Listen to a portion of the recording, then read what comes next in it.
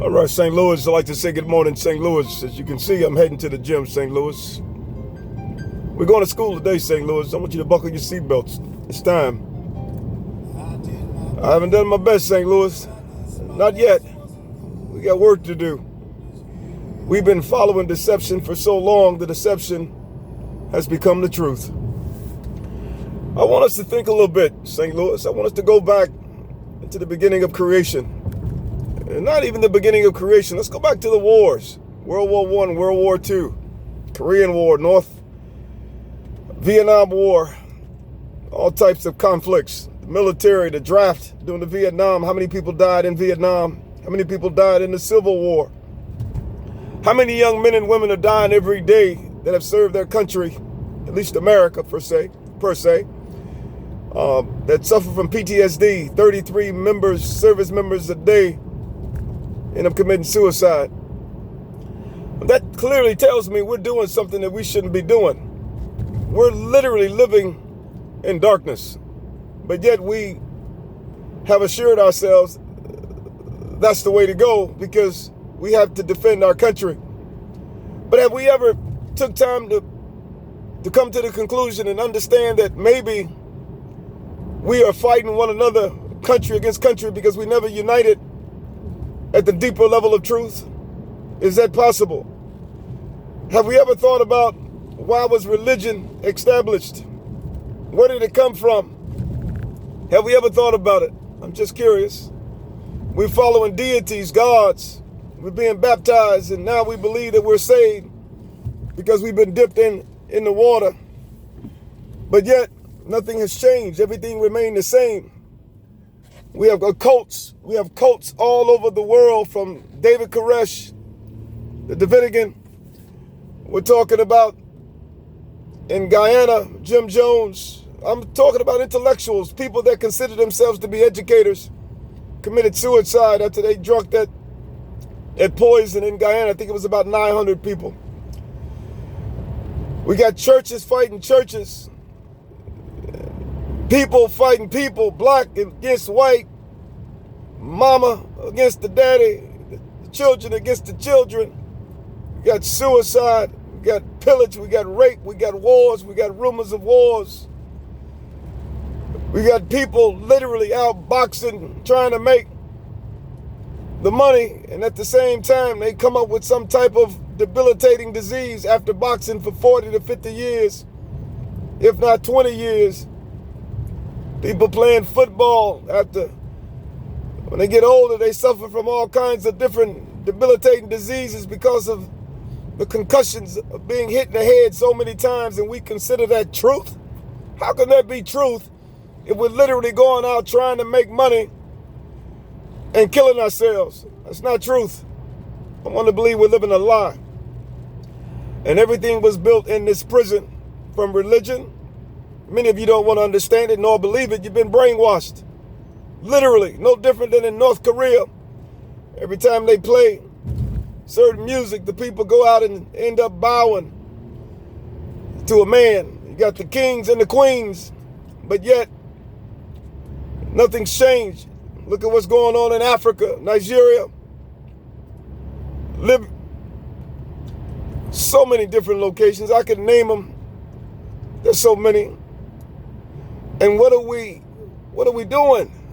I mean, are we continuously going to allow this to control us? We must grow stronger intellectually. We must build our mind. Our neurotransmitters and synapses are not working properly. And we're depending upon those that we consider to be geniuses and physicists and cosmologists and astrophysicists to give us the solution to how to colonize another planet. But what happens if we finally come to the realization that the planet in which we're trying to colonize is in our mind? You got 8 planets. Most distant planet is Neptune. What happens if there's nothing outside of us but everything is in us? What happens if we've been following a lie for so long we've not been able to take care and protect our children and our grandchildren because the blind have been teaching the blind? And it's going to continue to be that way until we wake up from our slumber, wake up from our sleep. We've grown accustomed to those that are intellectually astute, as we call them, that attend these Ivy League schools, and we depend on them for advice. Make them our presidents, make them our leaders, and we build countries. But at the same time, we're poisoning ourselves with toxic. We got cars, but the cars have to keep that engine going, and as a result of the engine moving, what's keeping the engine powering is that gas, and as a result, it has to be released from the exhaust, and it goes right back into the atmosphere, and as a result, it's killing us. And the reason it's killing us is because we haven't reached a higher level of mind. Once we reach a true developed mind, you'll be walking on darkness. Many of you don't understand. You're literally encoding your entire existence. Encoding. No different than ones and zeros binary. You're encoding your entire existence. We're trying to figure out, can we come up with a super quantum computer to be able to tell us what's in the future? Because the computer itself will be able to extrapolate at a level in which we never perceived that it was capable of extrapolating and give us an understanding of what we didn't understand. But yet, there's nothing as powerful as what's sitting on your shoulders. There's nothing more powerful than a developed mind. And once that mind develops, that mind will be able to tell you literally what is in the future. Because we're living in the past. And the reason we're living in the past is because our minds are dying every day. Our minds are decaying every day. We must reach a level to where the mind becomes a perpetual motion machine that separates itself from hell on earth. And as a result, that mind will be able to literally stop time and give you a true understanding of what you never understood. And that is, you're living a lie. Your pastors that hoop and holler, it's witchcraft, it's darkness, it's not true, straight from hell. However, many of us didn't know that it wasn't true because we were literally in darkness ourselves. And I was one of those. I preached for years when I was in the Bahamas. I preached. I was sold out. I read the Bible from Genesis to Revelation, Abraham, Isaac, and Jacob. I couldn't stop. It was like an addiction. Nothing exceeded me reading the word. But as time progressed, I began to understand it's much deeper than what I thought. And the reason I hadn't grown at the time is because I didn't go beyond where I was. The letter will kill you, and the spirit will give life. In other words, I was only at the surface of the word, and I never went to the molecular subatomic level to where you can literally warp space and time and see things as it truly is.